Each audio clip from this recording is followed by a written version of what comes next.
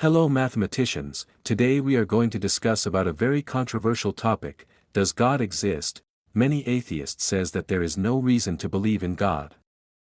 Because they have science to prove any natural thing. Yes, science can explain any natural thing in the universe, but science cannot tell us outside or above the natural world. In other words, whether there is anything supernatural. It means science cannot define anything supernatural. Generally people speak of God, they mean supernatural, above nature, omniscient, all-knowing, who is everywhere and can do anything. So how can math proves existence of God? Math is about numbers and information about those numbers and ways numbers connect to each other, but where do we find all this math?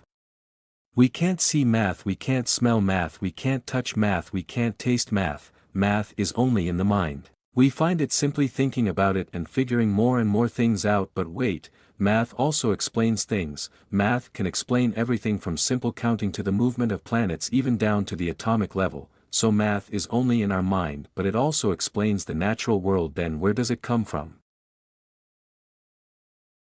There are two possibilities. One is that math is invented to explain what we observe in natural world. Other possibility is that we discovered math as it controls the universe. So origin of first one is natural and second one is supernatural. Here's why the second option is correct. Math contains infinite information. There is an infinite number of numbers, each with their own individual properties.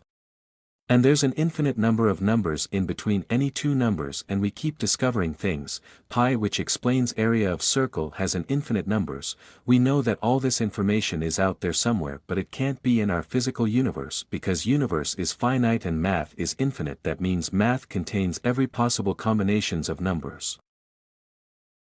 And if we use numbers as code for letters, then math contains every possible combinations of letters as well. That means every book that has been ever written already exists encoded in math somewhere. In fact, every book that possibly could be written already exists in math. And if we use numbers as code for particles and their locations, then you could say that there's an exact copy of our universe encoded in math. But there is also more stuff in math. That's why math can't possibly be contained just within our universe.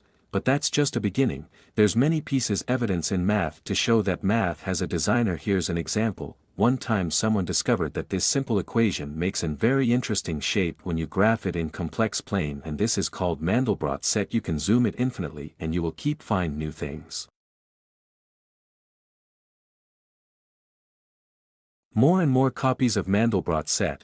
We cannot invent this cause we discovered it by accident, but we cannot discover it in our universe. It has infinite complexity, so it can't possibly in our universe cause the universe doesn't have infinites. So where did this thing come from?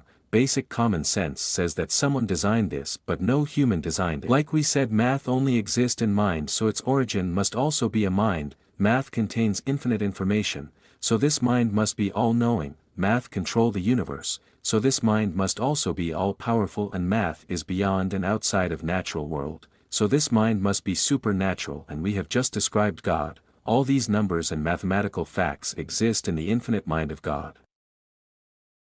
Great mathematician Galileo once said, "Math is a language with which God has written the universe."